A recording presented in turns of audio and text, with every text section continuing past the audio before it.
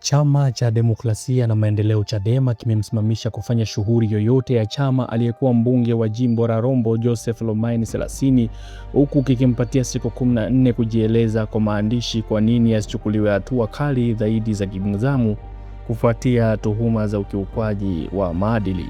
Hatua hiyo imekuja kufuatia kikao cha dharura cha Chadema kata ya Makiidi kilichoketi jana Julai 14 mwaka 2026, ambapo kilijadili mwenendo wa mwanasiasa huyo anayetuhumiwa kutumia vyombo vya habari kutoa shutuma na matamko dhidi ya makamu mwenyekiti wa chama cha Chadema Bara John Heche badala ya kutumia mifumo rasmi ya chama.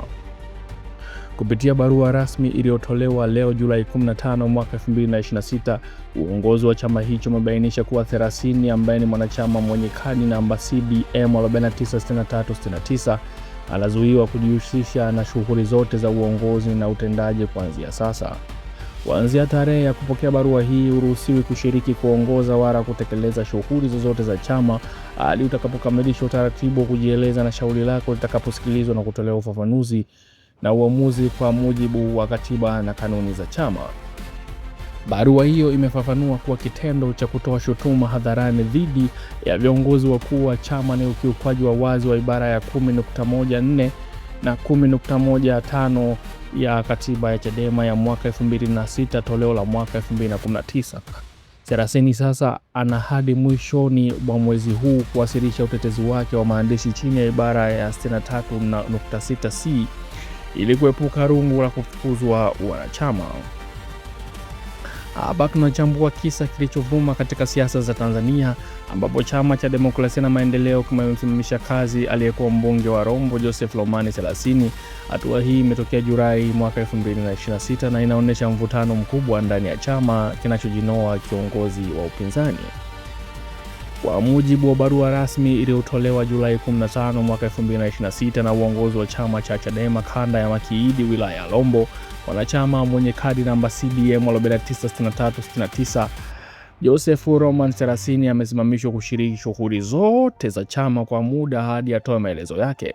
Amepewa siku 14 kujieleza kwa maandishi, huku tuhuma za kutoa rushwa hadharani dhidi ya makamu mwenyekiti wa Chadema Bara John Heche badala ya kutumia mifumo rasmi ya chama.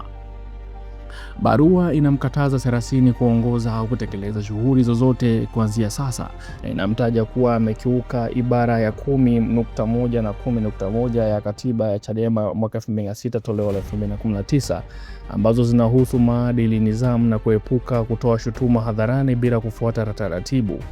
Ibara ya 63.6C inamruhusu kujieleza ili kuepuka hatua kali zaidi, ikiwemo kufukuzwa chama. Kikao cha dharura cha kata kilifanyika Julai 14 mwaka 2026 na nakala ya barua ilikwenda hadi ngazi ya kanda, na Selasini alionekana kwenye vyombo vya habari akitoa matamko na kuitisha uchunguzi dhidi ya John Heche. Hii si mara ya kwanza kwa migogoro ya ndani katika vyama vya siasa nchini Tanzania. Chadema kilichoanzishwa mwaka 1992 na kiongozi wa kwanza Bob Kisanga kimekuwa na historia ya mgogoro ya uongozi, hasa baada ya kifo cha Freeman Mbowe au wakati wa mgawanyiko. Tukizungumzia kifo cha Freeman Mbowe, hatumaanishi kwamba kufa kabisa ni kutoka kwenye nafasi yake ya uwenyekiti wa chama hicho. Joseph Romain Selasini alikuwa kiongozi katika NCCR Mageuzi, makamu mwenyekiti, na alijiunga na Chadema Mei mwaka 2026 baada ya ajali ya kisiasa. Alitangaza kurudi akiunga mkono mwelekeo wa sasa wa chama, hasa katika mkoa kama Arusha na Kilimanjaro. Alikuwa mbunge wa Rombo hapo awali na ana uzoefu mkubwa wa kisiasa. Kurudi kwake kulionekana kama nyongeza ya nguvu kwa Chadema, lakini sasa inaonekana kuna mvutano. Tukimzungumzia John Heche, huyu ni makamu mwenyekiti bara na ni mtu mwenye ushawishi mkubwa hasa mkoani Mara na Tarime. Hivi karibuni kimezuka tuhuma za ubadhirifu wa fedha za chama, ujenzi wa nyumba na masuala mengine. Viongozi na wanachama wengine wameitisha uchunguzi na Selasini alikuwa miongoni mwa waliozungumza hadharani. Heche ana wafuasi wengi na anaonekana kama kipenzi cha Watanzania waadilifu na wengine, lakini pia ana wakosoaji. Chadema kimekuwa na changamoto za ndani mara kwa mara toka enzi ya Mbowe, migawanyiko ya mwaka 2015 mwaka 2020 na baada ya uchaguzi mkuu. Katiba yake inasisitiza nidhamu na mifumo rasmi kama kamati za maadili au mikutano ya ndani ili kuepuka public washing of that rhino. Hata hivyo, wakati wa migogoro, wanaotaka uwazi mara nyingi hugeukia vyombo vya habari au mitandao. Data kutoka uchambuzi wa vyama vya siasa Tanzania, kwa mfano ripoti ya Temco na Haki Elimu, zinaonyesha kuwa migogoro ya ndani imechangia udhaifu wa upinzani na kuwapa fursa CCM. Katika miaka ya hivi karibuni, masuala ya fedha, ufisadi wa ndani pamoja na uongozi wa kimabavu yamekuwa mada kuu katika vyama vya vingi vya upinzani. Na 30 pamoja na wengine waliorudi wanaweza kuwa na matarajio ya mageuzi, lakini uongozi unaweza kuona kama ni tishio. Hii ni kesi ya nidhamu versus uwazi. Katiba ya chama cha Chadema ibara ya 10 inaweka wazi kuwa wanachama hawapaswi kutoa shutuma hadharani bila kufuata utaratibu. Hii ni kawaida katika vyama vingi duniani, mfano katika Labour Party Uingereza au vyama vya Afrika Kusini. Lengo ni kuepuka kugawanyika au kutoa silaha kwa wapinzani. Hata hivyo, kuna tuhuma nzito za ubadhirifu kama vile dhidi ya Heche kuhusu fedha au mali. Kufunga midomo kunaweza kuonekana kama kuficha. Ripoti za mitandao na vyombo vya habari zinaonyesha kuwa kuna shinikizo kutoka mikoa mbalimbali kwa katibu mkuu au uongozi kuchunguzwa. 30 kama mwanachama mpya mwenye uzoefu anaweza kuwa alichagua njia ya umma kushinikiza uwajibikaji. Katika uchaguzi wa mwaka 2020 mpaka mwaka 2025, Chadema ilipata asilimia kubwa ya kura katika maeneo kama Kilimanjaro na Mara, lakini migogoro ya ndani imesababisha baadhi ya viongozi kuondoka au kufukuzwa hapo awali, kwa mfano kesi za Msigwa au wengine. Kurudi kwa 30 na wengine kulikuwa na matumaini, lakini sasa inaweza kuwa kama test case ya jinsi chama kinavyoshughulikia ukosoaji wa ndani. Ukilinganisha na nchi jirani, vyama vya upinzani kama Kenya na Uganda vina migogoro sawa, mara nyingi inahusu fedha na uongozi.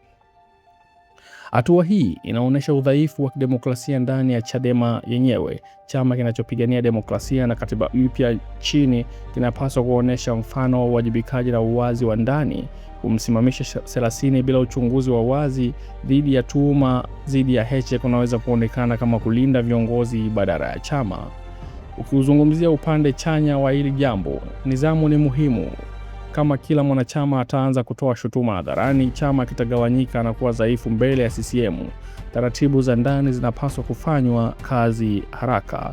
Na ukiuzungumzia upande wa hasara, katika enzi ya mitandao na habari za haraka, kuficha mambo kunazua tuhuma zaidi.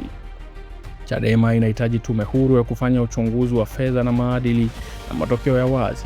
30 ana haki ya kuhoji na kusimamisha. Inaweza kuwa ni chilling effect kwa wengine wanaotaka mageuzi. Hii inaweza kuwa na athari kwa umoja wa chama kuelekea uchaguzi ujao. Ikiwa 30 atafukuzwa au kuondoka, inaweza kuwafanya wengine, hasa waliorudi hivi karibuni, kuwa na shaka. Chadema inahitaji kushughulikia suala la Heche kwa uwazi ili kurejesha imani. Tanzania inahitaji upinzani wenye nguvu lakini wenye maadili. Migogoro hii inaonyesha kuwa hata vyama vya upinzani vina changamoto sawa na serikali. Ufisadi, ukosefu wa uwajibikaji na mapambano ya madaraka ni mambo yanayoikumba. Mageuzi ya ndani, sheria za fedha za vyama na utamaduni wa demokrasia halisi ni moja ya masuluhisho yanayoweza kufanyika ndani ya vyama ili kuondoa migogoro kama hii. Wasikilizaji, hii ndio hali halisi. Fuatilia maendeleo ya 30 na uchunguzi wowote dhidi ya Heche. Je, ni nidhamu au kuficha?